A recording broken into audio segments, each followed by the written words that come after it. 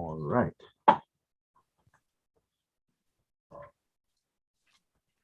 Well, it's that time, folks. 7 p.m. Eastern Standard Time. And we're going to begin our Freedom Friday Forum for Friday, the 25th of February, 2022. And this forum is going to be something that is very important to all of us, especially those of us of African descent. We need to understand what the UNIA-ACL-RC2020 is all about.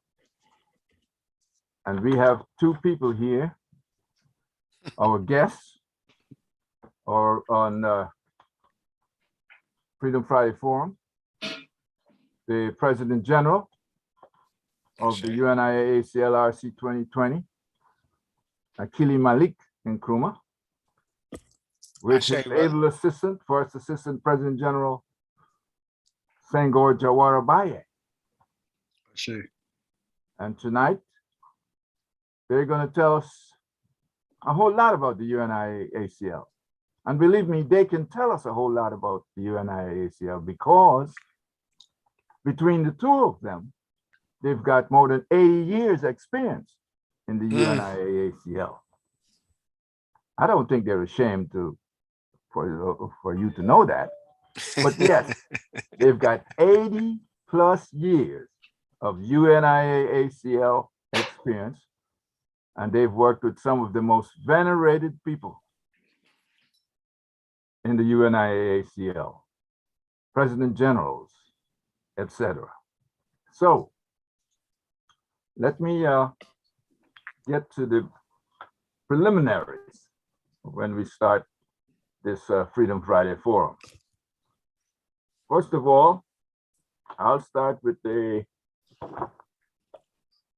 UNIA-ACL pledge to the flag. Okay, now nobody has to repeat because we have, I'm saying for you, the participants, because, there's a time factor here, time delay factor when we're streaming, etc. And it will be interrupting. So let's go. Official UNIA pledge to the flag. I commit my body, mind, and spirit to the protection, defense, and security of the red, black, and green. I dedicate my life to the redemption of Mother Africa and the liberation of her scattered Black children.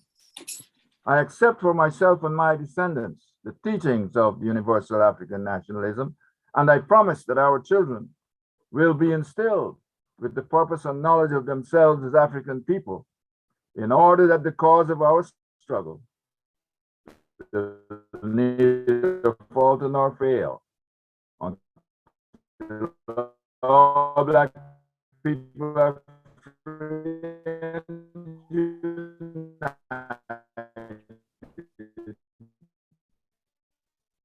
through one God, one aim, one destiny. Reason, that's our pledge. But I also am coming out of the Constitution of the UNIA-ACL, the beginning of it, of the UNIA-ACL.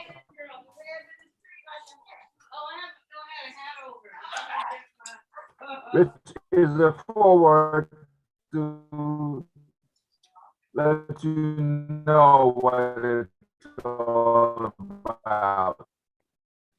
Universal Negro Improvement Association and African Communities League is a social, friendly, humanitarian, charitable, educational, institutional, constructive, and expansive society, and is founded by persons desiring to the utmost to work for the general uplift of the Negro peoples of the world. And the members pledge themselves to do all in their power to conserve the rights.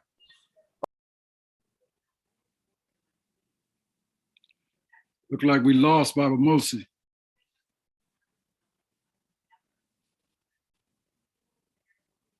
Baba Mosi, you muted. You're muted, Baba Mosi. Okay. Did you get what I said before? Just a little bit of the pledge. A little bit of the pledge. Well, let me return to what I need to do with the preamble of the Constitution of the UNIA-ACL. So, excuse me, folks, for that. We had a little technical situation there. So let me repeat what I said before. The preamble of the Constitution of the UNIA-ACL.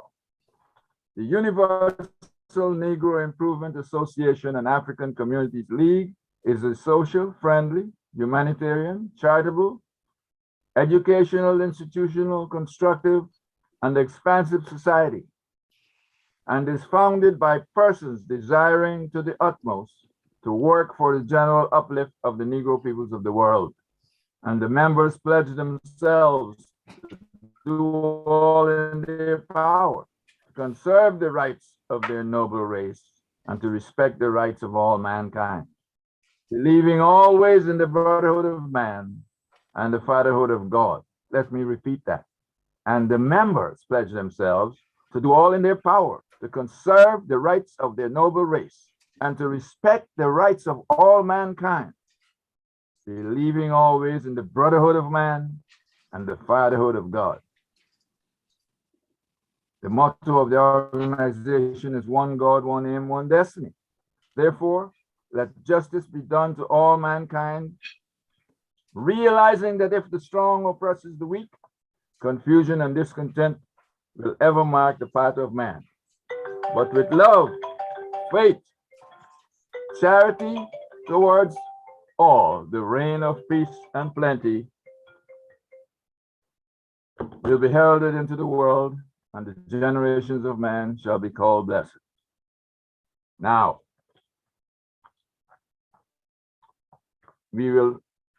I will move things over now. That's what we need for you to know about what the UNIA is all about.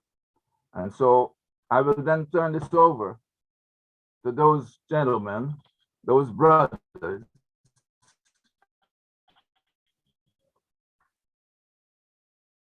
those experienced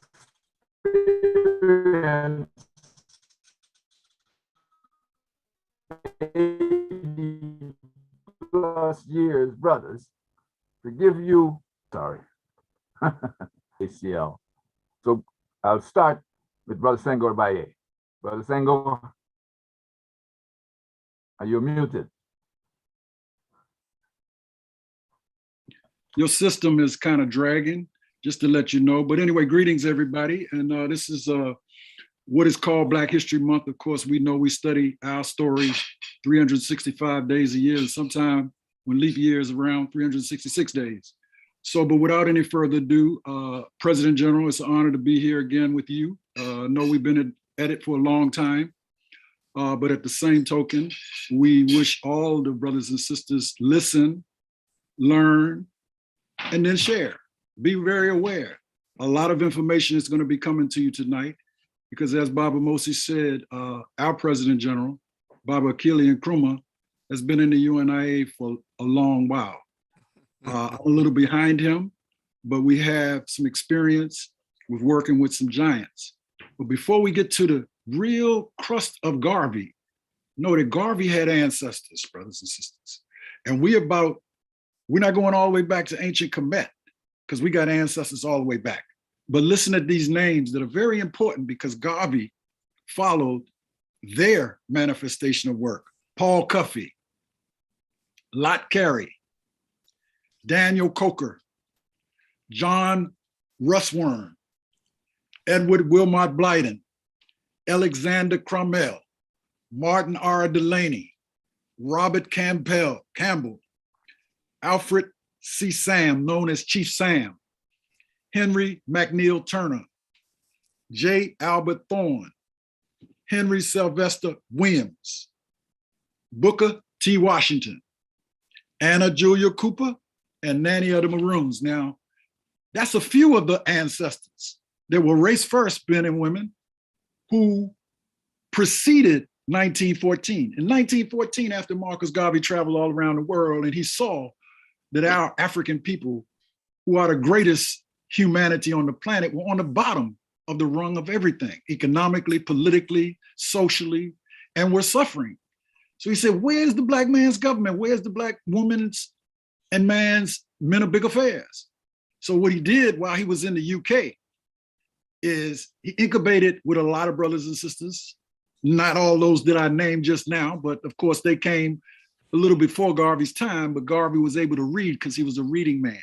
So as he traveled and didn't find anything positive for the upliftment of our people, him and several other people, yes, not just Garvey, several other people, including Amy Ashwood Garvey, founded the Universal Negro Improvement Association African Communities League. Now, it had a little more title to that, but let's follow this, UNIA-ACL. Let's follow this historical breakdown. And our President General will be chiming in, and we're going to have a frank conversation with you because we want to make sure you understand our story. Because a lot of people today are talking about Garvey, and we're going to get to that.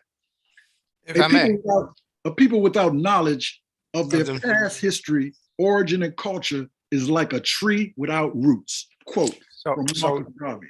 So to interject on the theme, in 1914, when Marcus Messiah Garvey, after his return from England to Jamaica, sat down to establish the UNIA. Some of the members, on the letterhead, it was Marcus Garvey was listed as president and traveling commissioner, which is what Marcus Garvey wanted to do. There was Thaddeus McCormick, was the secretary general. Adrian Daly, a baker, was associate secretary. Among the founding members was Amy Ashwood, who became Amy Ashwood Garvey. It is important.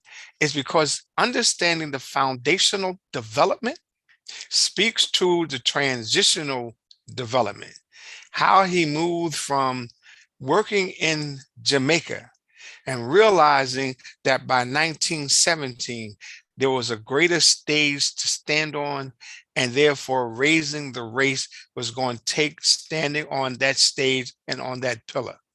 It was not easy for him. It was not.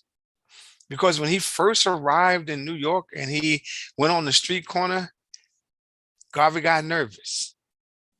Garvey fainted. But then Garvey recuperated. And he said, my message is more important than how I am received. And he began to teach the teachings that we now call universal African nationalism, because that's what appealed to the West Indian population in New York and what appealed to the American Negro across this continent. It is what appeared to our sisters, brothers on other continents, because he spoke about developing and implementing a government for African people, right, worldwide. Yes, and it's so important that what we're laying out to you all is so important, because we are going through cycles in our story, meaning, and we'll get to the 2022, we'll get there, but it's important. What the President General said in 1916, when Garvey first arrived in the US of A, March actually of 1916, after being inspired by the works of Booker T. Washington, his intent, like the President General said, as commissioner, was to grab the works from Booker T, take it back to Jamaica and emulate it. And by the way, for those who don't know, Booker T was being communicated with Africans on the continent as well, because it was a lot of people that was inspired by his works. Now, after arriving in the United States, of course, in 1918 and during the late teens, Garvey actually established several entities, and we'll elaborate on that a little later. But those entities were UNIA Inc. Incorporated and the African Communities League. Now, shortly after that, as we went through some lumps and bumps, Garvey went through in meeting various different brothers and sisters who didn't necessarily have all the integrity that Garvey and some of those brothers and sisters that did have integrity had. So it was some things that happened, and you know how that goes, brothers and sisters. But in 1920, oh, by the way, in 1918, in 1919, the Black Star Line was thought about and initially. And of course, it came back later on. But in 1920, when Africans from all around the world came to New York City for a convention, Marcus Garvey. Go ahead. Before we get there, go ahead, because you laid some steps before you get to 1920. And since Baba Moses said we got 80 years between the two of us, 80 years. That's what he laid on us. So I want to go back to coming out of Jamaica, 1914. Booker T. Washington had already transitioned, but it was the thought of building an institution that motivated Garvey, similar to the institution that Booker T. Washington had started. That was his motivation. And why was that? Because he saw on the island of Jamaica the need for the development of a Jamaican group of people that could have a nationalist consciousness and also take control of their own destiny there, which was honorable unto itself. So after his experience, I'm gonna flip back for you. After his experience in England, meeting African men, more men than women, but African men and women from the continent who were there lobbying Britain to take the yoke off their neck, Garvey realized that the way to take the yoke off your neck was to raise up and build your own.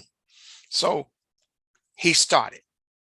And then in landing here and beginning to build, he built the first division of the UNIA in New York. It grew expeditiously. He then began to build divisions across America. You say, well, wait a minute, what happened in Jamaica? He used Jamaica, but realized that if he was to gain the knowledge to build an institution like Tuskegee Institute, he needed to come here and talk to those entities that had built it.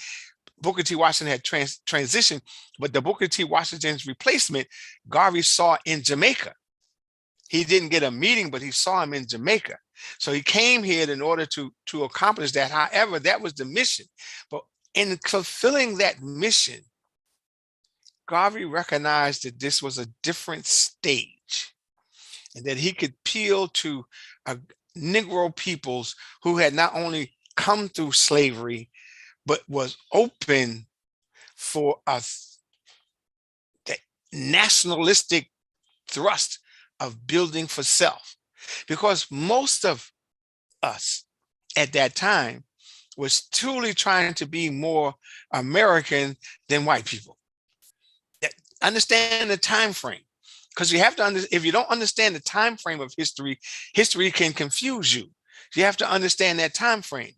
So even when he started off there and he started to build that division and started to build other entities around the division in New York, he realized that, I still got to do business because we are the government of the UNIA-ACL. He did not put that in jeopardy by saying organize under the governmental under the governmental piece. He stepped away from the UNIA because Garvey didn't see himself initially as the leader. He saw himself as the organizer, the builder, and he trusted folks until they should prove that they could not be trusted.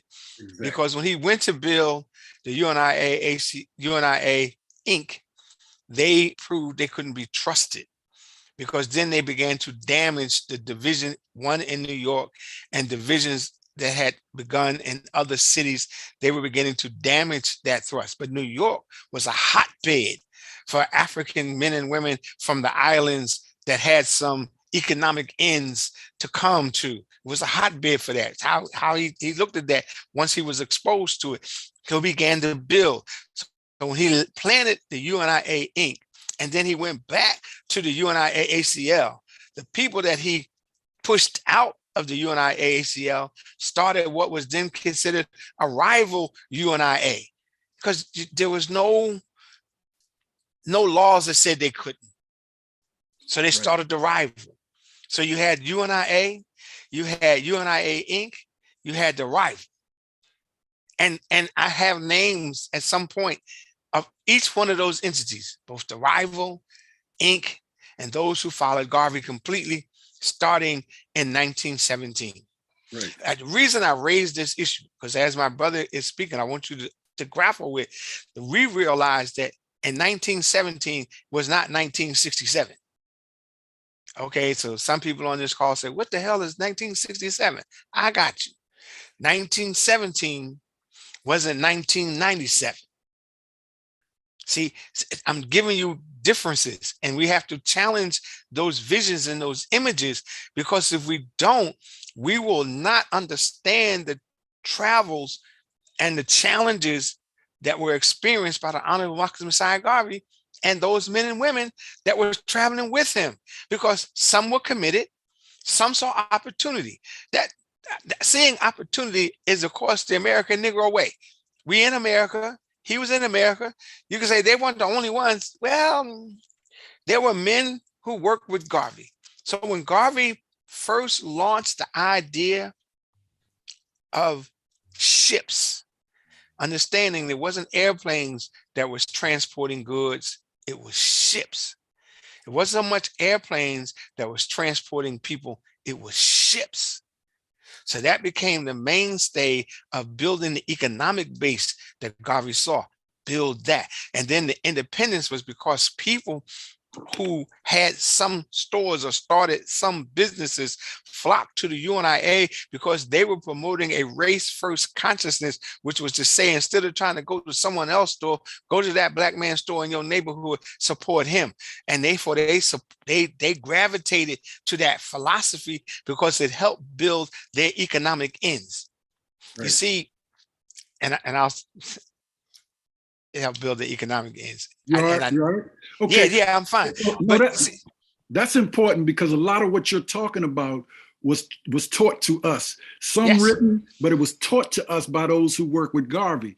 And I know a lot of people know about 1920, but let me be very clear. What people fail to understand is, like what the President General just said, Garvey's intent was not necessarily to be at the helm of the leadership. However, when over 25,000 Africans from around the world came to the very first convention of the government that was established in 1920, Garvey was elected provincial president of Africa and also elected as President General of the UNIA government. Yeah. Very, very, very important, brothers and sisters. Now, during that time, those brothers and sisters, during the time when they elected Garvey to those posts, a whole lot of other things took place, particularly the Declaration of Rights of Negro Peoples of the World, which is a document that we're not going to go into depth on, but we're going to talk a little bit to you about a couple of the articles. Article 39, which is the red, black, and green, because we're going to get into that in depth. And Article 53, which said August the 31st is the day that all Africans should celebrate as a holiday or a holy day as independence. And we're going to talk more about that. But I wanted to lay that down because that's very important. Those are great things, and a whole lot of other things came out of that convention in 1920. Yes. But the most important thing was that it was African people from every continent that was present. So they had representation from around the world. Because after Garvey had went through a lot of things, like Baba Akili was saying, the word got out, and that energy of African people rose up. A lot of people ask the question, well, how did Garvey do all of that? Well, it wasn't just Garvey.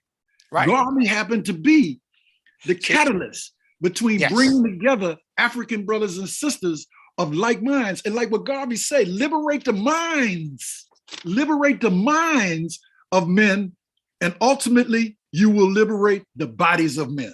These slogans came from work, struggle, trials and tribulations. Now, let's kind of advance a little bit. Before you advance,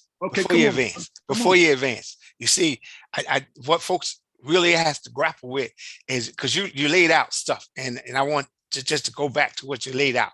1920 convention, but before 1920 convention, Garvey returned to the UNIA 1918, 1919, and then he realized that the person that he thought would be the potentate was egotistical to be polite, and realized that that needed to be changed, because our structure was one to have a potentate and then a president general, but the potentate was more symbolic. So after addressing that issue, because that was needed to be addressed, that's how you got the rival UNIA. And so in 1920, by the time you got to 1920, 1918, 1919, I don't want folks to think that between 1918 and 1920, there was no work being done. There was a lot of work being done, because Garvey also was building another entity. See, the ACL was also a separate corporation, an incorporation. It wasn't a part of the UNIA. That didn't happen until 1920 at convention. And the reason that's relevant, because in convention, when they elected Garvey first as president general, understand that Garvey said, okay, I'm going to take on this mantle because I recognize the need to do that, but I'm going to organize it. And then they said, wait a minute, we focusing on Africa. Africa was then under colonialism. It was under the bonds and the chains of slavery. It was locked down. Black men weren't free on the continent of Africa. Black men and black women weren't creating things on the continent of Africa. They were just like the Negro in America. They were in bondage. And they elected him the provisional president of the continent of Africa, something that had never been done. Never been done. Because African men and women from the continent of Africa, African men and women from the islands, African men and women from around the world was here in New York City, 25,000 strong. Now, I don't know that they wanted to stay here a month. I don't know that. I do know that they couldn't go back home until the next ship was leaving, and they didn't get a ship until the end of the month. I know that. But the reality was they used that time wisely in order to establish some things that they felt would help liberate them where they lived. And it would help catapult Garvey in such a way that they would be able to generate all of the necessary ends. The misthought was that white people weren't humane. And everything we did to move ourselves forward, they saw as a threat to themselves. They saw as a threat to their country. They saw it as a threat to what they were attempting to accomplish. Because when you are an emperor, you have to have people that bow to you. When you are a king, you have to have people that stand down and kneel to you and follow you. You have people that you can orchestrate. White people like to orchestrate the orchestra music. And Marcus Messiah Garvey and those men and women was not following the dance. Garvey wasn't trying to be the best Jamaican West Indies that he could be. He was trying and working to be the best man of African descent that the world had ever seen. You can say, Baba Akili, he never said that. Yes, he did. He said it as he taught. He said it as he worked. He said it as he took on this governmental structure and determined that I'm better than them and they can't beat me. His misconception was the fact that they wrote the rule book and they could change the rules as they go along. So I need us to understand the movement of the Honorable Marcus Messiah Garvey, because you see, when you put him as if everything fell in place like on the domino board, that's not how it happened. They cheated, they lied. And the reason they cheated and they lied because it was fearful. Garvey didn't travel to the African continent, but the king of Liberia feared the Honorable Marcus Messiah Garvey would come in. And when the white man said he'll come in and take over, that Liberian submitted to his former slave master, which is why Liberia has Monrovia as its capital city. Come on, y'all. So I just want to keep it in context, because if we don't, we miss it. And if we allow you to miss it tonight, then the next time we do this, we have to start here. So I don't want you to miss it. If you miss it on your own, that's one thing. I don't want what we say to help confuse you. We're here tonight to eliminate as much confusion as possible, but also to tell the truth for the story. Because if we do that, then the 80 years means something, Baba Moses. Yeah, so that's very important. We're going to deal with the 20s now, which is very, very important because, first of all, let's be very clear. Garvey only spent just about 12 years in the United States. And I want to deal with the 20s right now because it's important. Now, a lot came out of that convention. Because remember what I said about Garvey said about minds. It was a lot of great African minds that were at that convention. Out of that, throughout the 1920s, and I'm not going to break down the exact dates, but I want you to be clear. Negro factories were established. Universal laundry services were established. Making clothes, they were making some of the uniforms even before the convention, because during that parade, they had uniforms. They had the Black Cross nurses, they had the Legionnaires, and they had universal grocery stores for food. They built in the 1920s the Booker T. Washington University in New York. And we're going to get back to the educational aspect because that's very critical. And then also the Black Star Line. And then they had a black doll factory where they were making black doll babies. I mean, I could go on and on and on. They had a whole lot of other stuff, but those are the key things that I want to stress to you came out of the minds of Africans that were at that convention. So it was not just the Declaration of Rights. It was a whole lot of economic ventures. As the President General say, the African Communities League and the UNIA became one governmental source. So when you see 1929 of the world. Hold it, you went too fast. Don't go there yet. Hold it, back up. back up. I'm gonna let you go there next. But see what I wanted, the reason I asked them to hold up, because before you go to 1929, you're in the 1920s. When you deal with the black factories, you deal with the Black Star Line. Understand it was economic ventures. The ACL initially was incorporated. UNIA Inc. was incorporated. 1920, the convention said, no, we're going to merge them. So the incorporation of ACL kind of fell to the wayside because they did not want to have the governmental interference in the thoughts they were making. The UNIA Inc. maintained its independence because you had to have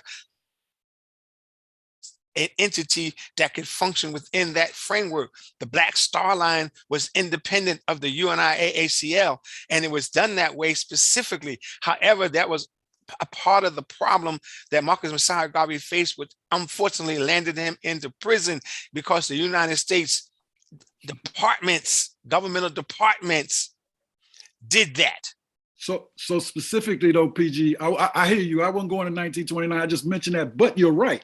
Because no, you're absolutely correct. Because right after the world saw the potential of the movement is when they've investigated, and it wasn't just J. Edgar Hoover, some other names too, and some other people, but it wasn't the FBI at that point, it was the Bureau. But the point is, they immediately started trying to figure out ways how to bring Garvey down. How to bring him down. Whole movement down. So what happens is when he was falsely charged, and I don't want to get too into it, but because we're going to come back to this, because it's important, because we're going to deal with the exoneration aspect, but it's important to recognize that Garvey served 2.5 years of a 5-year sentence that was commuted by Calvin Coolidge because of pressure from Black people. Pressure from Black people. I mean, serious pressure. No, you're 100% right. But if just stay right there where you are. What I want to add is people need to understand that they didn't just go get Garvey. More Black people got a job with the FBI because of Marcus Messiah Garvey than any other time in the history of the FBI, except maybe now. The Bureau. Not only that, the Bureau of Investigation. Mm-hmm. Yeah, the FBI, Federal Bureau of Investigation. And that was because white people couldn't go into the UNIA and be okay. So that was real. So they did the cloak and dagger because the Negro in America was trying to be more American because that's what they aspired to, because that's what they understood. That's what they related to. They didn't relate to Africa per se because they didn't know it. They couldn't relate to the Caribbean because they didn't know it. See, what they knew was the plantation and now the pseudo freedom that they allegedly got from the other guy that told lies. So, and So, I'll say his name later, but I'm being so diplomatic right now. And no, so when Senghor goes, only reason I'm interjecting because I need clarity. I don't want you not to have clarity from this conversation. And we do this on a regular basis. So I don't want you not to have clarity, so that when you look at 1920, before you get to even the trial, what I need us to understand, before Garvey ever went to trial, the first time they indicted him, Garvey built a business, even though they told him, we're going to lock you up for building businesses. He built another business. that's right. That's right. Very important. I mean, in other words, they consistently continued to move for self-reliance and self-determination. And it was no question about it. And not only that, Garvey was actually shot. But read the history, brother. We're going to tell y'all some books you can go to get some of the specific details. But like the President General said, we want to kind of clear up some of the cloudy things in people's minds that have taken place, even when they read books. Sometimes they don't get it. Dr. Tony Martin kind of laid a lot of stuff out. But anyway, Garvey, after being charged and released, his human rights were violated even when he was released, because he was excommunicated out of the United States. So you got to understand that. And never could return again, even though people fought for that. Now, as he left, because of the time's sake, because we're going to get into some real deep conversation, but in summing it up, once he left in 1927 and was taken back to Jamaica, he continued to organize and rebuild the government on that end. So, and go ahead. PG. No, you go ahead, PG. So what I want to do is the portion in 1926, he landed back in Jamaica, 1927. Remember, they traveled by boat then, but he went into Jamaica and he began to organize in Jamaica. He began to organize movements in Jamaica, that even some political. Although the PPP, the People's Political Party, the was People's organized. Political Party. See, so I don't want anybody to understand, okay, what he went back home and then what? No, because here in America, although he had been transported here in America, the men and women who became his students were already building Marcus Garvey clubs. They were building other entities because they did not affiliate with the rival UNIA, one. They did not affiliate with the UNIA that Garvey was president general of and then being deported from, because they didn't stand by Marcus Messiah Garvey. B, they also did not gyrate to UNIA Inc. initially because it was a corporation, not an incorporation, but a corporation under the law. So what they did is they built a response. They built Garvey clubs. They built other entities that supported Marcus Messiah Garvey, even while he was in prison. So if I can back up just a little bit before the portion, even when he was initially convicted, you would say, what happened? More splits, more splits. Garvey clubs was a split because they were Garveyites in the UNIA that saw the direction of the UNIA incorrect and did not want to join the rival UNIA, because the rival UNIA, it was just that, the rival, and they were already challenging the teachings of the Honorable Marcus Messiah Garvey. So what my point is to show you that there was a definite issue amongst the race, so that we were not in a solid mindset and thought. Because if you relate it to the American system of justice, you say, okay, that I would say, brother, but that ain't what they said. You know, he got what he deserved. But no, he didn't. Because also as a foreign national, they should have never imprisoned him. Right. He had not committed murder or any high crime. He should have been deported from the court. So the system of justice was, no, he's a Black man and we can do what we want. So that the exoneration, not the exoneration, the pardon of him and to allow him to leave was only in accord to what? Shit, the Negroes in America had already started to kick up steam and dust and begin to challenge. And so they had to respond. And I'm coming right back to you.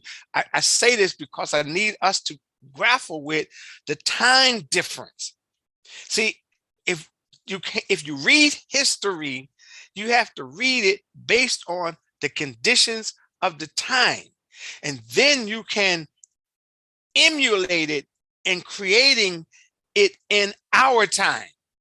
Exactly. But if you don't do that, then what you do is you read it and you you go over, you kind of like miss the conditions that created the situation.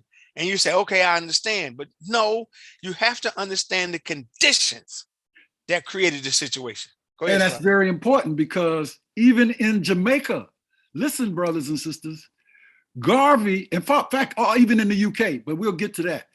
Even in Jamaica, Garvey was attacked and his rights were being violated, because as he established the People's Political Party and as he ran for office, and in fact won a couple of times, he was even in prison for a short period of time there in Jamaica.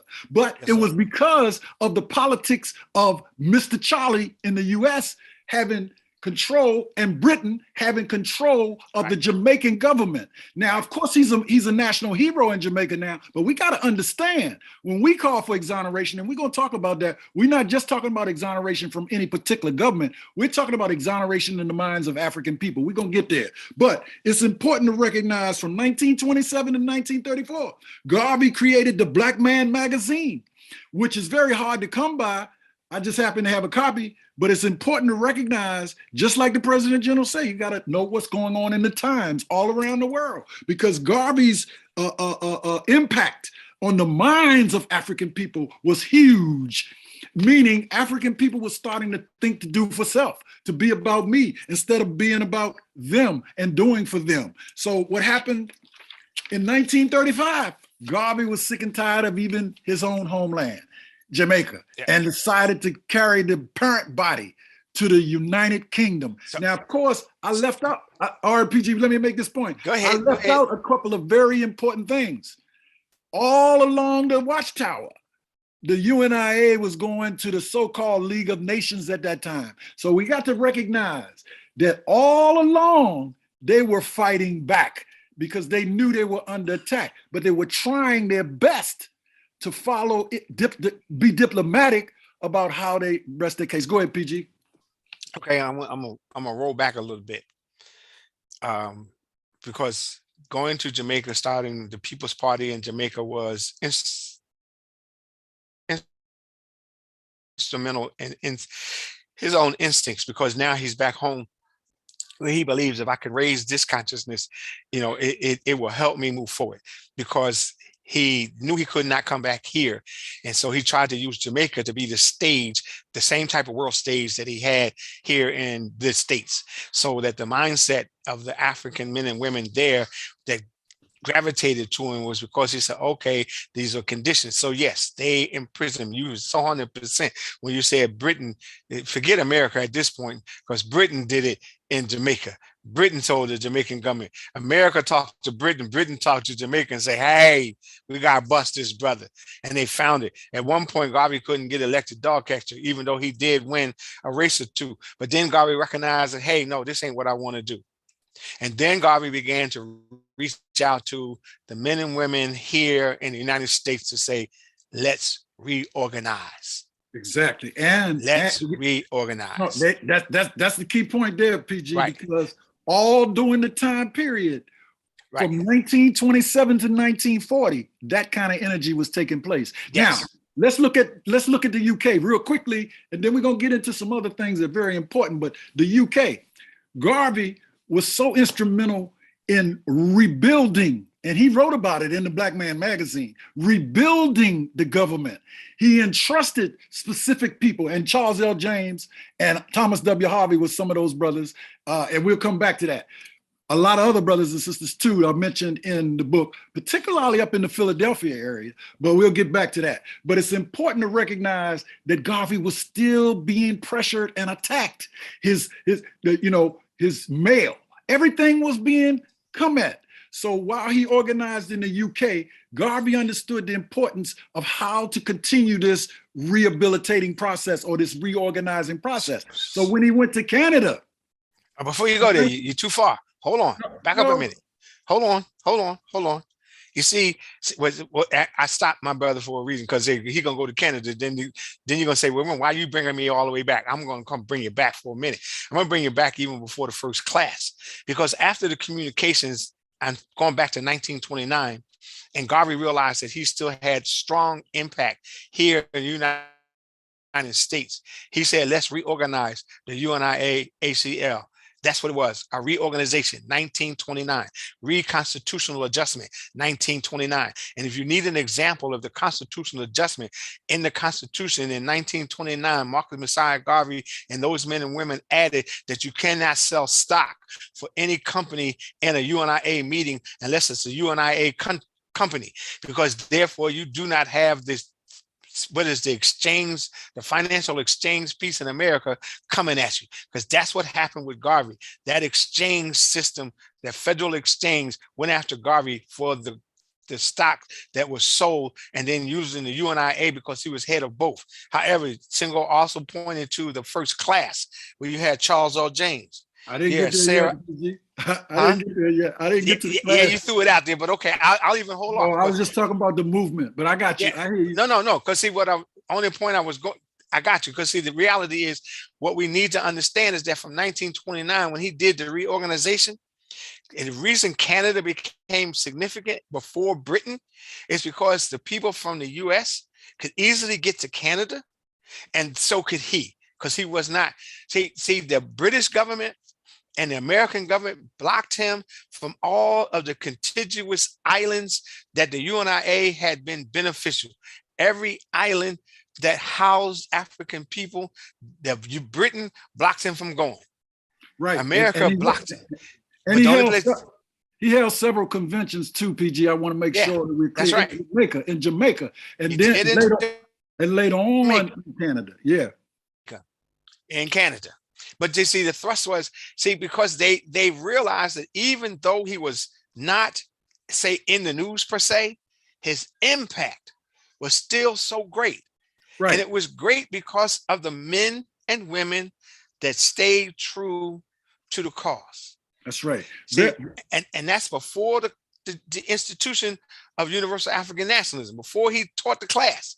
He made sure, you tell the story, and I've heard it from Charles L. James, that I worked with Garvey. I shined his shoes. I knew him, so I didn't think I needed the course.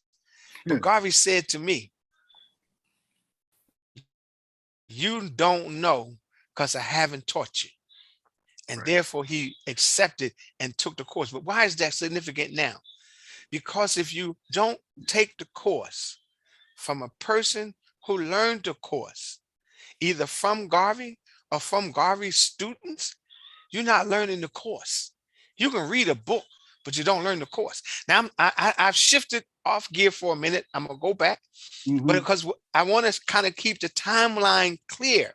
So as we move the timeline, hopefully those who are listening and those who would be able to hear this can say, I follow time, because you mentioned the newspapers, the news article, magazine. But Black Man Magazine. But PG, before, I want to make sure everybody's clear, because some people may not know what we're talking about. Yeah, Garvey taught a course. No, I'm talking about people who may not be clear on the course of African philosophy, which now is published in a book. It wasn't then. Garvey did a convention in Canada, but he also called together a lot of the commissioners and leaders of the UNIA, like the President General said, that traveled from from the US to Canada and took the course directly from Marcus Garvey. And that course lasted for almost 30 days.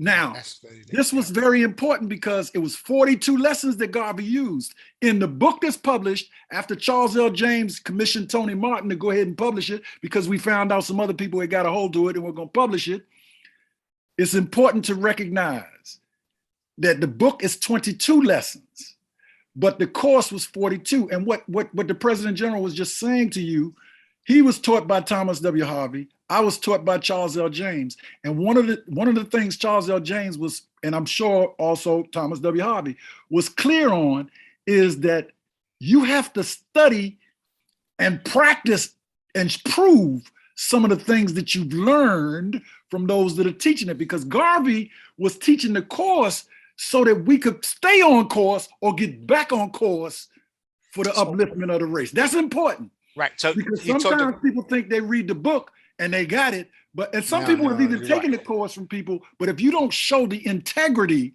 that is required by the person teaching you the course And we're going to get to where we are with the course today, because that's important, but that's down the road.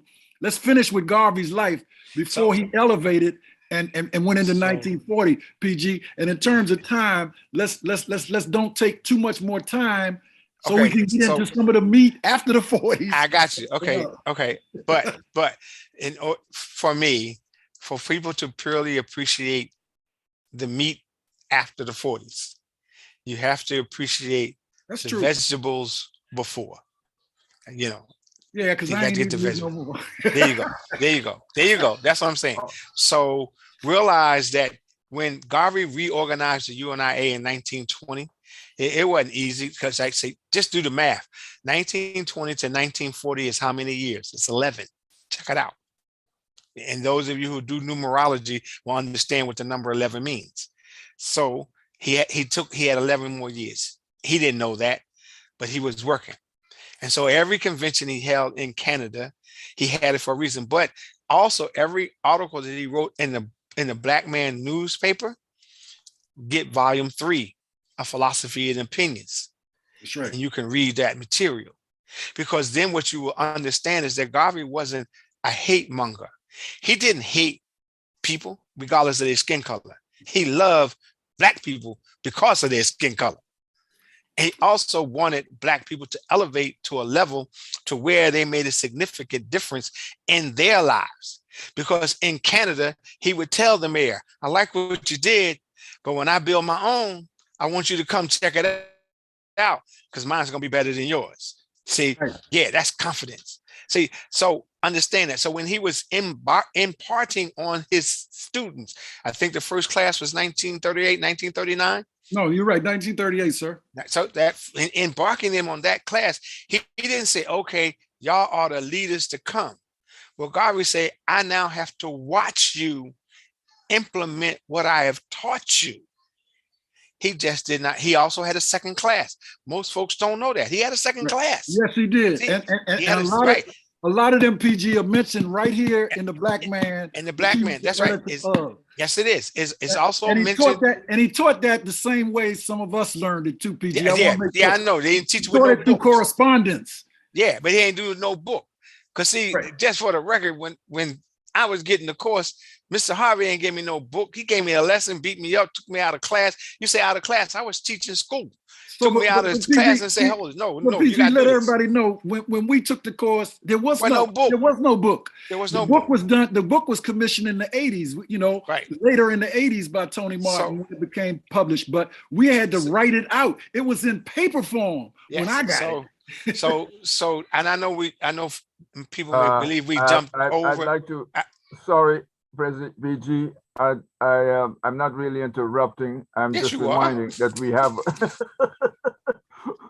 we have because we have a time limit tonight because our engineer has some duties after 8:30, and so we need to be a little more concise so we can get through all the things we want to do with bringing out the history of the UNIA. So that's just my little reminder. Thank you, Baba Mosey. I appreciate you. Go ahead, Senghor. I'll pull up. I'll come back. I'll get all mine in 15 minutes. No, so it's important though, because we wanted to deal with that because we want people to know the true Marcus Garvey, because Marcus Garvey was not about an individual kind of thing, and he is in the whirlwind and he's still living. So in fast forwarding, there's some people that we have to name. It's important, and I'm naming them. So if you don't catch them all, you can catch them in the recordings, but check them out. You know, that's Amy Jocks Garvey we want to name, because if it were not for Amy Jocks Garvey, we would not have the, you know, Philosophy and Opinions. You wouldn't have had damn book. I'm doing this because it's very important, brothers and sisters. You wouldn't have had Garvey and Garveyism either. You wouldn't have had the first book without her. Well, I got that too, but just don't hear what we're saying. The Philosophy and Opinions, and then we got Philosophy and Opinions 2. But listen to these names.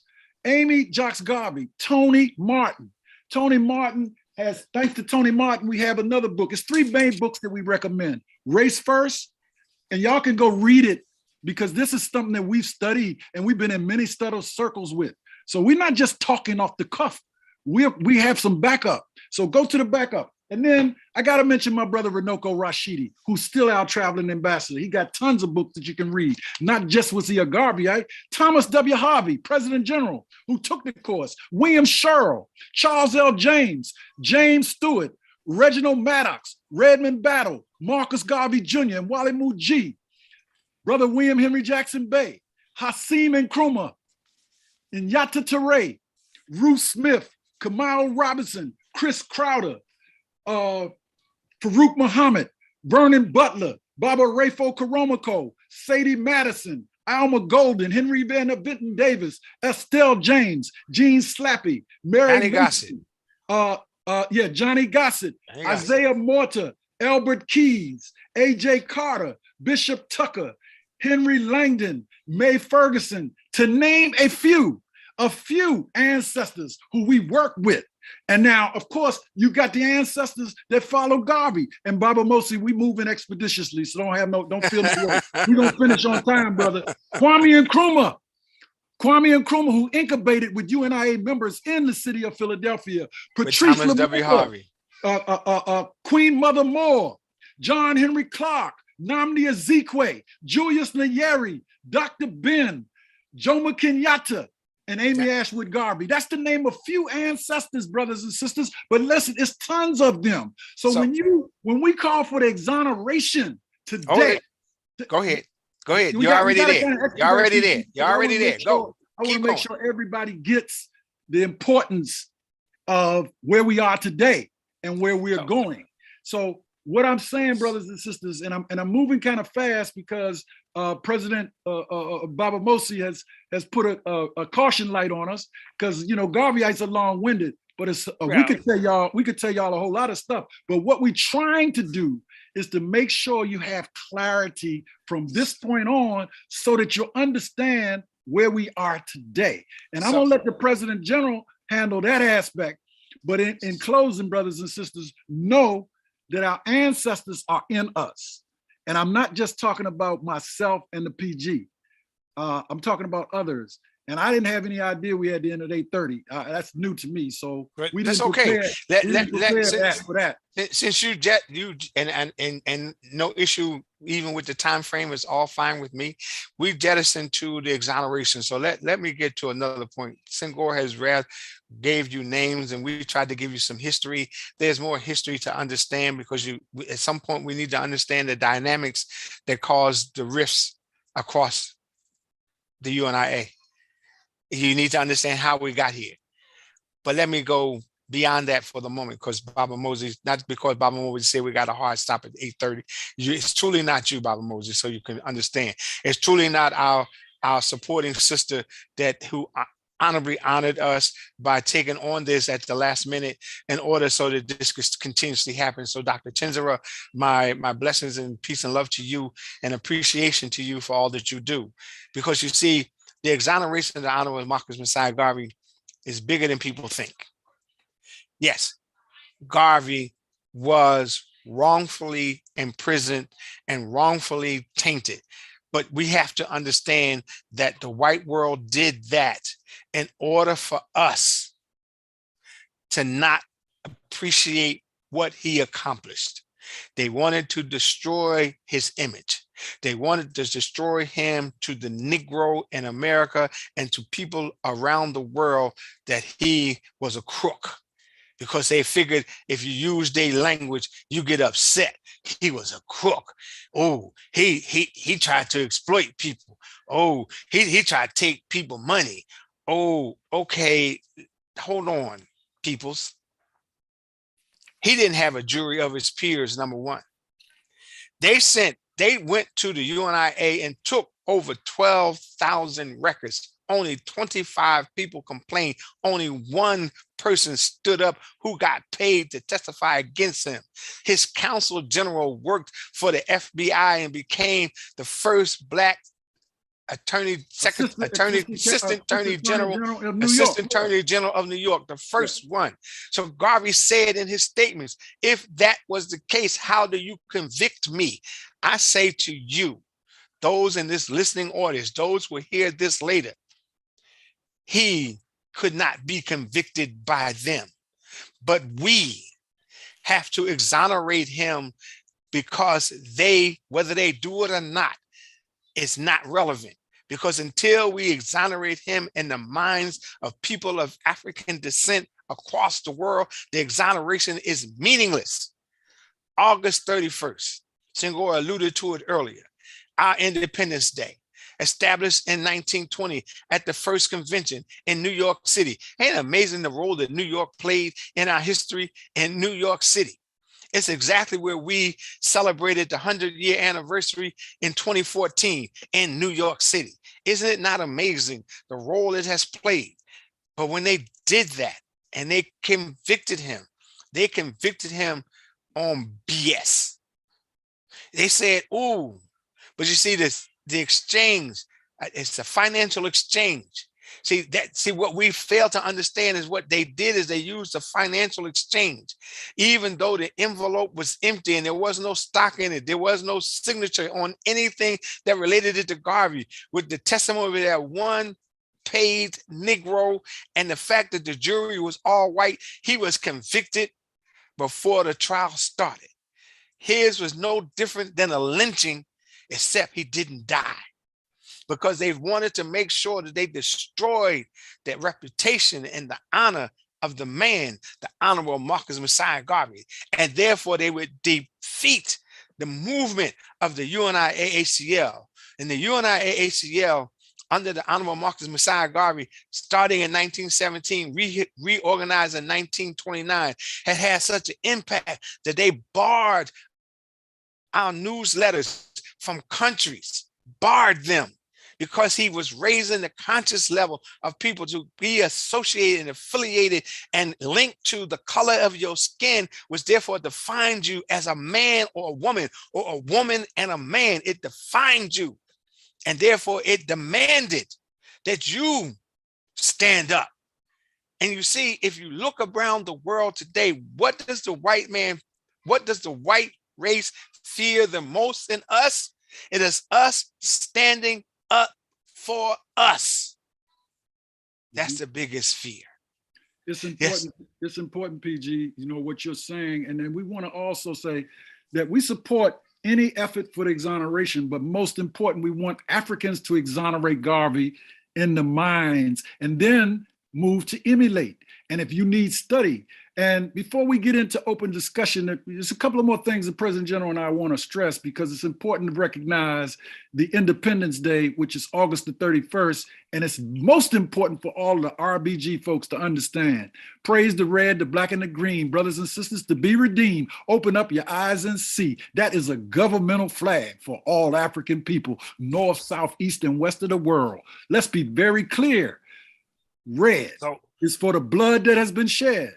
Black is for the race that's us, and green is for the land, Mother Africa, and wherever you are. So praise the red, the black, and the green. You're gonna hear a lot more down the road, but it's important for you to recognize that that flag belongs to the government. It's not a liberation flag because we're not liberated yet. We want sovereignty, but it's a governmental flag, and the UNIA-ACL 2022, RC 2020 and 2022 is continuing the historical legacy of over 100 and some odd years. So we want to make it clear to brothers and sisters, ain't no love lost by anybody, because we understand people go their different ways based on what they see. But we also understand the allegiance, not only to the Right Excellent Honorable Marcus Mosiah Garvey, but to all of those brothers and sisters' names I mentioned to you, whether or not you knew them or you did not know them. They all worked for a united African states. And the UNIA in 1920 made it very clear that they were about unifying African people in the diaspora, while we like to say abroad, you know, and at home. That means we need Pan-Africanism. And I want to clarify that, because when we say we universal African nationalists, we are Pan-Africanists, brothers and sisters. Pan-Africanism, the word was coined in 1900, but some of the names I mentioned to you prior to that, they were Pan-Africanists. But anyway, it's very important. That's important. To add to your point, first with the flag, you see the flag, red, black, and green should be trimmed in gold. It should be trimmed in gold because the gold represented the mineral wealth of the continent of Africa. The continent of Africa today, 2022, is the richest continent in the world. It is why everybody wants to control us and therefore control the mineral wealth on the continent. Couldn't be a damn cell phone if it wasn't for the mineral wealth on the continent of Africa. So let's be real. That's just real.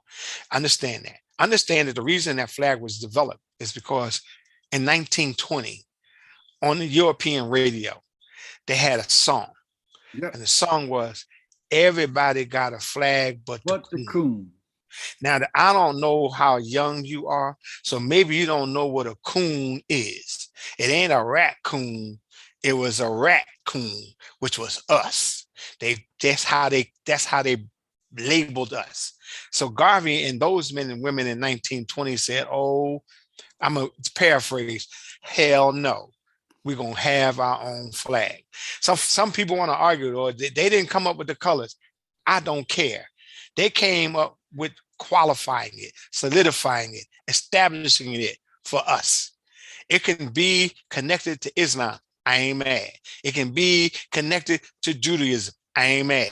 What I know and I'm happy about, it is connected to my people because my people said, this is what you're going to be able to relate to. Many of the people that hear this have fought under the colors of the red, white, and blue and stars. Now I want you to stand up under the colors, the red, black, and green, trimmed in yellow. You see, it's important. Yes, sir. Let's I want to have, we want to have, you and I both talked about this. We really want to have some other conversation with others. And before I go there, before I go there, I know I'm going to do that, and I appreciate that. So give me like 3 more minutes, because one other thing I need us to understand is this exoneration that we push for the Honorable Marcus Messiah Garvey. We will push for other Black men and women that this system has wrongfully imprisoned. You see, it's an exoneration that starts a movement, that surrounds Garvey, but it embraces a movement around Mumi Abdul-Jabbar. It embraces a movement around political prisoners around the world, because we as Black people who consider themselves leaders in other countries and on the continent of Africa have imprisoned our own people because they felt they were a threat to their political connection to European countries. Jamal Al-Amin, we stand for that. So this launching and this demanding that you help us exonerate the Honorable Marcus Messiah Garvey becomes the platform upon which we stand and fight for political prisoners' freedom around the world. Very in every important. Country. Batula Shakur, we could name a whole lot. It's a whole lot of brothers and sisters that didn't even fight in the movement, that are incarcerated, as the President General mentioned to me the other day, and didn't even commit a crime. I mean, let's be very realistic about it, that the things that you see going on all around you are going on because we have not completed the work and the vision. So we are working to complete the work and the vision of the UNIA. But I'm gonna turn this over to Baba Mosi because we want to let some of the sisters. I got one more thing. I got to remember, PG, though. I know. I got the hard stop. So I don't want 2 minutes. I need people to understand something. Because we did not address this. The reason we are UNIA-ACL is because we looked about the UNIAs that exist. We're not condemning them. We're not criticizing them. But what we did not see is the effort to do the work for the race. And because we did not see that effort to do the work, on behalf of the Honorable Thomas W. Harvey, on behalf of the Honorable Marcus Messiah Garvey, we decided it was necessary to rehabilitate the UNIA-ACL so that it becomes an entity that has a voice in the world for change, and therefore become the government that we were determined to be in 1920. It's not about putting money in anybody's pocket, but it is about raising our consciousness and therefore eliminating the barriers for racial unity. Racial unity. On August 31st, every Garveyite that listens to this tape, every Garveyite that knows that August 31st is Independence Day. And if you don't know that that's Independence Day, then you better question whether you are Garveyite or not. We will therefore exonerate the Honorable Marcus Messiah Garvey in us, and then we will push the language every year so that we change his minds, change the mindset of our people across this continent and across the world. Baba Mosey, I yield to you. Well, before that though, also we want to tell brothers and sisters to go to justiceforgarvey.org. Go to justiceforgarvey.org if you haven't, and sign that petition. But hear what we're saying. Regardless to what government does, what they should do properly to exonerate, we are calling for the exoneration because it's a fact that maintains itself. We have to emulate the work. So the first thing you got to understand is Garvey was not a criminal, and Garvey was attacked. In fact, his rights were violated. So with that said, we're going to open it up and let Baba Mosey take it from here. Thank you, my good brothers. PG, First Assistant PG. You gave a good account of yourselves, but you didn't give that 40, that 80 year. You couldn't, it's so much. That 80-year experience will take a lot of time, I know. Now, you know, I was on a radio program with Dr. Julius Garvey last Wednesday, and the host asked Dr. Julius Garvey to give a little history of the UNIA, and he passed it on to me. That's right. And, you know, and I'm saying, I said to the audience that there's no way that we would have that time to give a history of the UNIA. And this is exactly what is being seen here now. There's a lot to be told. It's going to take more than just this particular forum here to tell that history. So you guys are going to have to come back because you skipped a lot. You know, there's some things within the 20s in the history. We want to know how Garvey affected culture. Got you. How Garvey affected other things. Yes. Oh, and the whole thing about the historical aspects of human rights, women's rights, all that stuff people don't realize. You know, the Harlem Renaissance, all the stuff that they don't understand that Garvey had a lot to do with it. You major impact. You say the Garvey? You said the Garvey Renaissance? No, I didn't say he said the Renaissance, but no, but I know I'm trying to correct him. I meant Garvey Renaissance. yeah, but the impact, because see, it was the impact. I'm sorry. Before I'm not going to say it. I'm going to say, you know, just so we have a little time to have the audience ask some questions, you know, because at 8:25 we're going to start winding it down. So what I want the audience to do is, if you have any questions to ask the good brothers, make it short. We want questions, and not, you know, we don't want a speech and all that sort of thing. So if you have some questions to ask the brothers,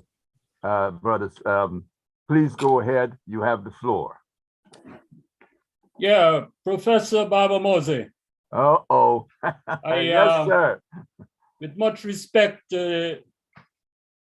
President General and my good brother, Senghor, I want to interject something. The indigenous mythology and legacy, that's key in the foundation of Garveyism. You know, we cannot overlook Taki, Kojo, and Nani. There's some other individuals. I just want to key in on that mythology that he embraced in Jamaica. Another thing also in terms of the impact of the brothers and sisters, I may say, during the First World War and the Second World War. And I rest my case. Well, coming from the top. But before you rest your case, one of the things that Marcus Messiah Garvey said to the Negro was not to be confused with gains you got from World War I, because you will lose them and it'll take another world war for you to regain them. Therefore, World War II was that example of his philosophy. So you're correct in saying the indigenousness that he embraced, and other men and women whose names we did not call. You see, what we understand is the impact of the UNIA on the Negro peoples of the world. And then we understand its impact on the European, because the European would have won not one of those wars if not for the men and women of our race. And I can go on and another time, and we will talk about those indigenous people and the uniforms that they wore and the challenges that they faced, and therefore understanding the contributions they made. However, what we're trying to do is show our ancestral strength in the UNIA, in the ACLRC 2020, and the rights and life of the Honorable Malcolm Messiah Garvey. Because even though in the Civil War, they paid you $7 a day and paid white people $12 a day, they didn't care when the white Confederate soldier murdered you, but yet they stood up if they murdered the white man who wore the same uniform. So yeah, there's a lot in that legacy that I think we need to elevate in this conversation, because Marcus Messiah Garvey did the exact same thing. Not him alone, So, him and the men and women that supported him. so real quickly, I think that's some excellent questions, but also Baba Mosi, you raised some excellent points too. Culturally and spiritually, if it were not for the Black African woman, we wouldn't be here today. The UNIA would not have happened. Marcus Garvey would not be known if it were not for a Black woman, Amy Jocks Garvey. So in terms of spirituality, in terms of culture, in terms of mysticism, Garvey was clear. That's one of the things that's important. He said, count on him to be the real Marcus Garvey. If there's power in death, and we as Africans know it's power in death. So I want people to understand, when we say our ancestors are very much alive. I'll stop on that point because we could go on and on and on that, but I could not let this program end if we didn't give credence to the African woman. Because in UNIA, if it were not for the African woman, there'd be no UNIA, there'd be no Marcus Garvey. I did interject that, my good brother. I did interject that. No, I know, bro. I don't want to digress, but I wasn't speaking to you, bro. I wasn't speaking. I was speaking to everybody. I'm a student of the great Marcus Garvey. And I'm saying that I interjected that, what you were going over. We don't have to reiterate, I did interject that. I agree with you, Brother Patrick. I agree with you. And submit. What it has a tendency to do is inspire conversation, but you're 100% correct. You did inject it. You did make it real.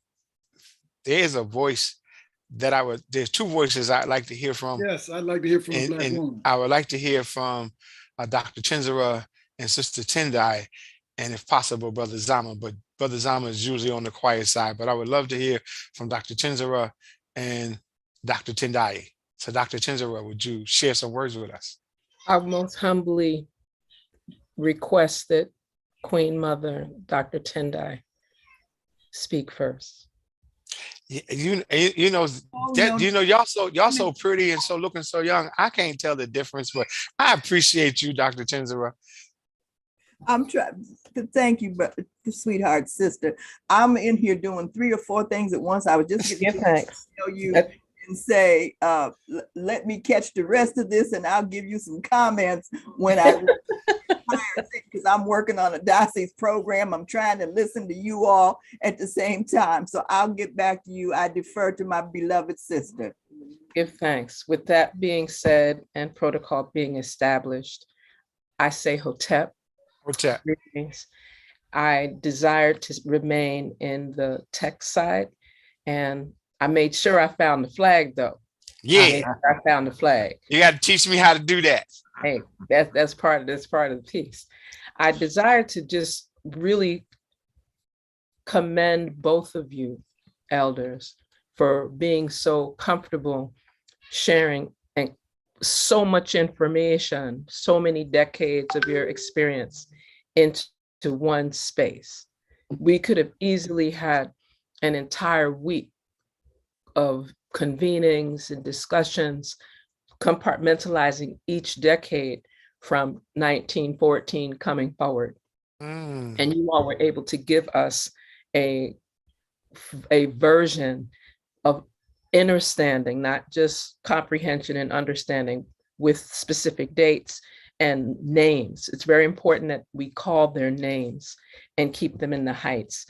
There's a couple of questions that are inside of the YouTube page, and I'm going between platforms so that I can share those. I'd like to give thanks for the representatives, our brothers and sisters of Basani, for just tuning in and hyping up with us. Chief, 4 days. I just had to kind of throw that out. I want to give thanks to Shakara Speaks tuning in. Hey, hello, Shakara. Okay, but just keep it level. And Jardea Jenkins just sharing the ashes. And a question that came from Word from the Point is, who can take the course on African philosophy? Do they have to be members of the UNIA-ACL? If I may. Yes, please. If I may. Yes, you should be a member of, first, the African race, number one. Number two, you should be a member of the UNIA-ACL. And I'm not determining which one, preferably RC2020. And if you say, hey, I'm not a part of any of that, you're a part of the race, there's some interesting techniques that we could provide to help you understand what the course's relevance. As well as PG, the institution that we have now together. Right. Which is the Marcus Garvey Honor Society. The institution is surrounded by the Marcus Garvey Honor Society. Our brick and mortar is going to be the Marcus Garvey Institute. And at that point, it won't be, we won't have the same type of restrictions. Right now, we're trying to make sure we ensure that there is a foundation for the UNIA-ACL-RC2020. And that's paramount to us. However, if you are Black and of an African mind and working for African people, we'll give you some teachings.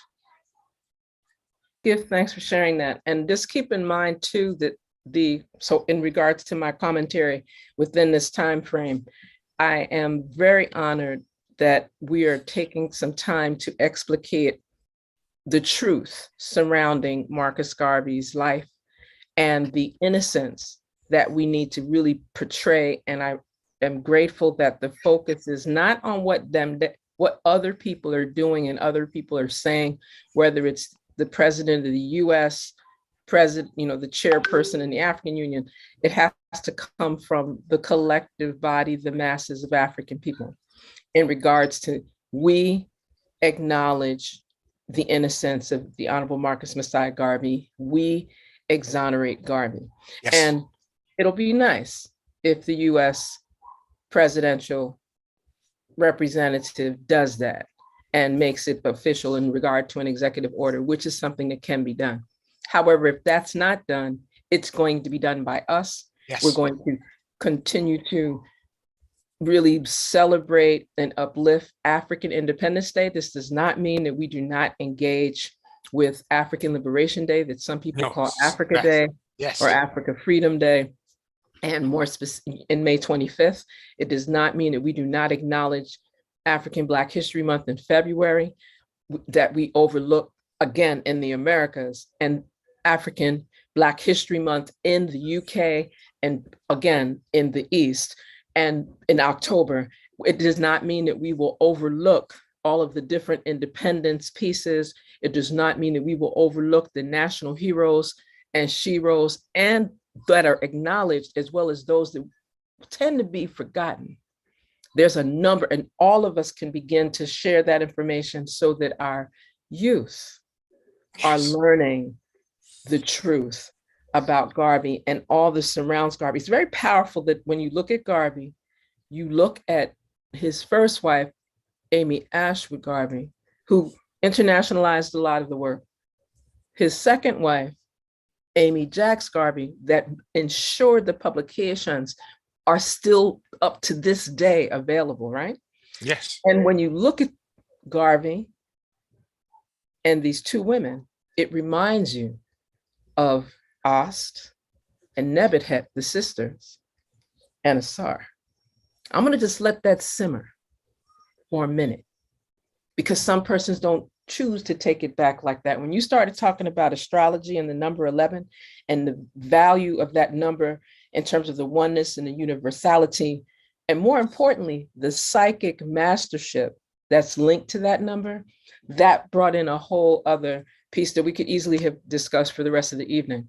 But I'd like to just leave persons with the vibration. When we speak of the importance of the African woman, it is when African ancestral revolutionary women say that, we are saying it alongside, complementary to, in harmony with our African kingmen. Make sure that you get that.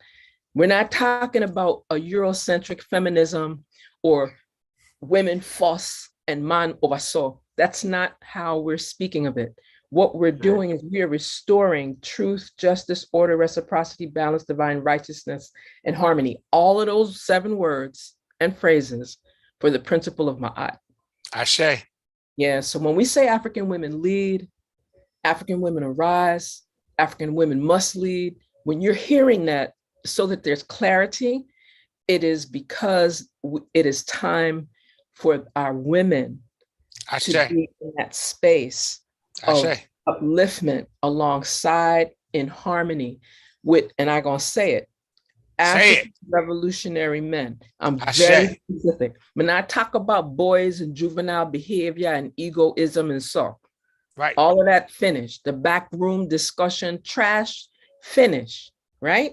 We're speaking of a harmony that brings us forward. And that's why when we look at the work of Amy Ashwood Garvey, Amy Jacks Garvey, all of these powerful, and there's many names in regard to what was taking place leading up to the 1920 convention, which transformed virtually every form of Black nationalism, and then in those days, Negro nationalism, etc., around the globe, with no internet, with no Facebook, with no Twitter, no Instagram, TikTok, nothing. Nothing. It was a time that persons actually from mouth to ear, some telegrams, tracts. You know, there was a time where propaganda meant that you had like tracts, an actual print of something, a letter to communicate with persons. And it's really important that we highlight that. I also extend my highest regards to all of the presidents of the UNIA-ACL RC2020 for holding strong, holding fast, to all the members of the UNIA-ACL RC2020 that are able in this particular time in 2022 to even speak of African fundamentalism, African sovereignty, African liberation in its truest sense. All of what we're seeing around the globe, and this could be the next Freedom Friday forum engagement, we're going to be hearing from sisters more and more from around the globe. Sometimes they don't speak English, and we're navigating to make sure that we no longer allow our language differences to keep us divided or apart. You know, so I am very grateful. You know, when I reflect on these women that have been alongside the brothers, and I tell persons, even if you start to speak of all the different members in the UNIA-ACL in general, everybody have a sister, a daughter, a grandmother, a wife, an auntie. In some cases, we were blessed and families moved so tight. The great grandmother was the anchor, the rudder of that drive around Garveyism. And recognizing that Garveyism, and I'm grateful to both of you for highlighting that Garveyism is a grounded element of Pan-Africanism that was transforming in the 18th century. Some persons forget that it had some roots in the 1700s. That it had some engagement in 19th century, more formative. That in the 20th century, it went from an intellectual type of Pan-Africanism into a very pragmatic, like African liberation Pan-Africanism. And in the 21st century, we have the opportunity to shift things and make it linked to African sovereignty. Like, no, African fundamentalism in its most pragmatic sense, so that African people can be restored to our places of power with integrity on high. Ashe. So Dr. Chenjerai, Right on time. I gotta say this, y'all, and I'm not gonna be long. Spiritual is important. Numerology is exact. Garvey's life path was a 22. Y'all digest that. A double 11, because that 11 and 22 are master numbers. You don't reduce those to a single digit. His life path, meaning he was born on a 22. Is this not 2022? I just want to make it clear. And last but not least, are we not 100 years from the time they came at Garvey? That's right. Now, in 2020 100 years, 2022. So there's some spiritual stuff happening here, y'all. And Dr. Chenjerai brought it up, but it's important because I studied numerology and I was taught. My mother was an 11. I'm a 9. Everybody has a number. Garvey happened to be a 22. So people wonder why Garvey was able to do what he did. He was destined to do it. Last but not least, if it were not for Amy, not just the works of Garvey, Dr. Julius Garvey and Marcus Garvey Jr. were raised by them, by her. All right. All right. Okay, Baba Mosey, before you close out, need some man top of Dolly? No, we got to a quarter of according to No. I'm following Baba Mosey. I went in the chat. I know, I saw it in the chat too, but I'm gonna follow Baba Mosey. Baba Mosey might not have seen it. Baba Mosey, did you see what's in the chat? Okay, it said 8:45, but at this time I'm not in the chat. Okay, so if I may, go ahead, PG. Go ahead, PG. Please. What I want to say, first, Asante Sana to my sister Queen, and the comments that she made, because you actually elevated the conversation to now. Because see, understanding the historical is one thing, but connecting it to what we need to do is another. And that was the attempt to try to show the connections in time. You showed the connections through family, through Blackness, through our universal interaction. See, when you look at Ma'at and you understand through Ma'at those principles that make the difference, then you understand what Marcus Messiah Garvey and those men and women of that time understood. And whether they used the terminology or not, it was in essence the same thing. So yes, when we talk about the history of the UNIA, and there was stuff that we did not cover, but the most essential part is understanding that 2022, because of RC 2020, we are pushing the UNIA back to its rightful place, which is in the forefront of leading the charge for independence and change for people of African descent around the world. I don't want an African Union. I want an African government for African people around the world. I want our African government to be our own national armed treaty organization, AKA NATO. I want our own one. I want it to have African definitions. I don't want something to jump off on the continent of Africa and we don't address it. I don't want something to jump off where African people live and people don't have to hear the African voice. Garvey and those men and women said Africa for the Africans, those at home and those abroad. Sante Sana Baba Mosey, appreciate you. My sister Queen, you, my brother Senghor, appreciate you a great deal. Baba Mosey. Appreciate you, Zama. I know you haven't said anything, but I appreciate you for being on. And Brother Patrick, Asante Sana for your comments. I appreciate all of that. So let me share. Let me check with Brother Congo, the Vice President of Division 330, if he has any questions or anything, last words. Baba Congo.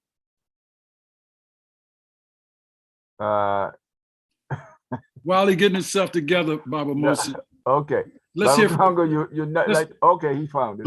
While he's getting himself together, let's check out what Garvey has to say. And this is my closing remarks. God and nature first made us what we are, and then out of our own creative genius, we make ourselves who we want to be. Follow always that great law. Let the sky and God be our limit and eternity our measurement. Marcus Garvey. Baba Congo. All I have to say is I'm happy that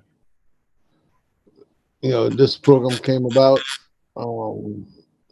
Needs to be a little bit longer, but anyway, it's a good start, and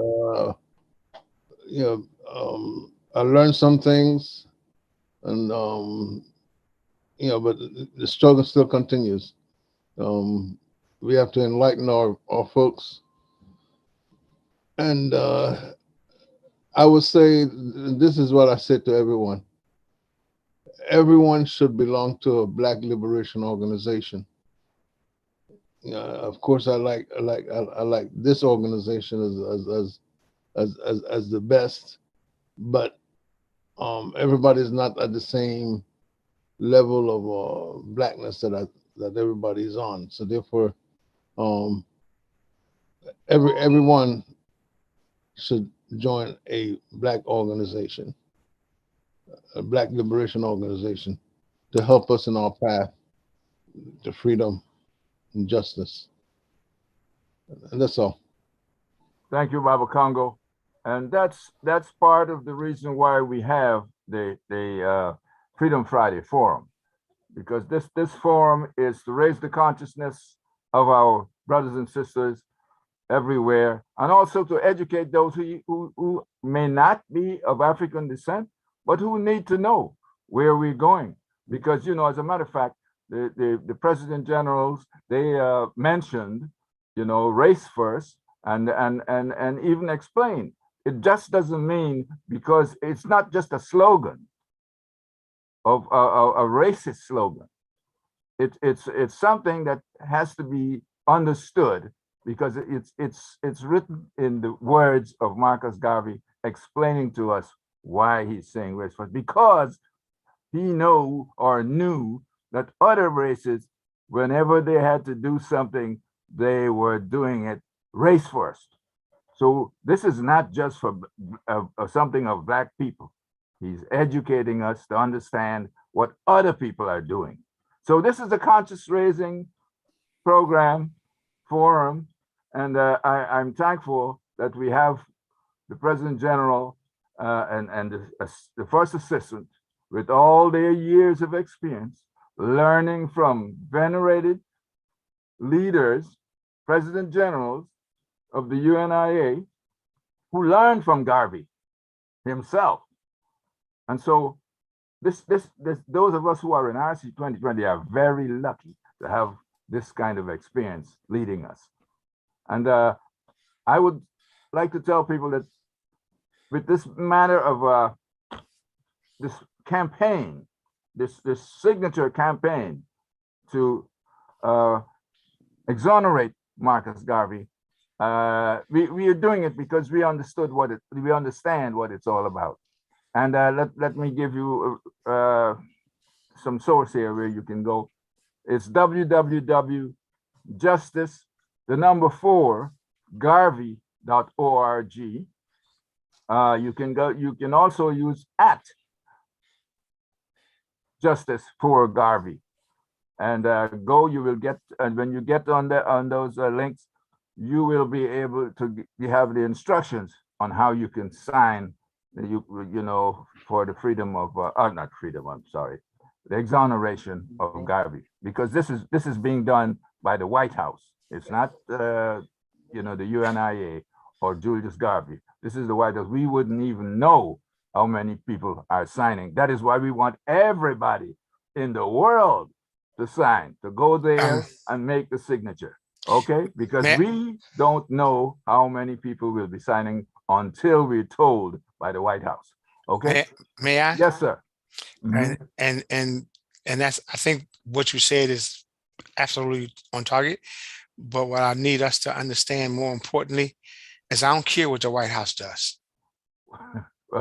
I don't, because see, white people imprisoned him. So I don't care what the White House does. I care what Black people do. You can go sign the petition, but on August 31st, you stand and declare Garvey exonerated with the UNIA-ACL-RC2020. Because to me, if there was a white president that said, oh, we're going to let him out of prison, that ain't mean crap to me. And now you were asking another white man, because the Black man said, no, I can't do it because he's dead. So we're asking another white man to say to us, we say Garvey is exonerated, which means he wasn't guilty, which therefore means that they were politically incorrect in what they did, which also means that they now need to make restitution to the Garvey family. Okay, white folks ain't that generous. So black people, we, Baba Moses is correct. Go sign the petition. I signed it. But the reality is, it is our job, our responsibility to exonerate the Honorable Marcus Messiah Garvey, just as it is our responsibility to highlight the political prisoners that need to be exonerated today in 2022. Thank you, Baba Moses. That's Thank my you, and final those are remark. the last words. And Yes, sir. we will call on Baba Congo. Could you lead us out with the motto of the UNIA? Okay. Okay. One God, One God, one aim, one aim, One aim, one destiny. one one destiny. destiny. One destiny. Thank you all. Thank you, sister. Thank you, Brother P. Thank Asante you, sana to everyone, for everyone. watching. Appreciated you. Yes, indeed. Mhm.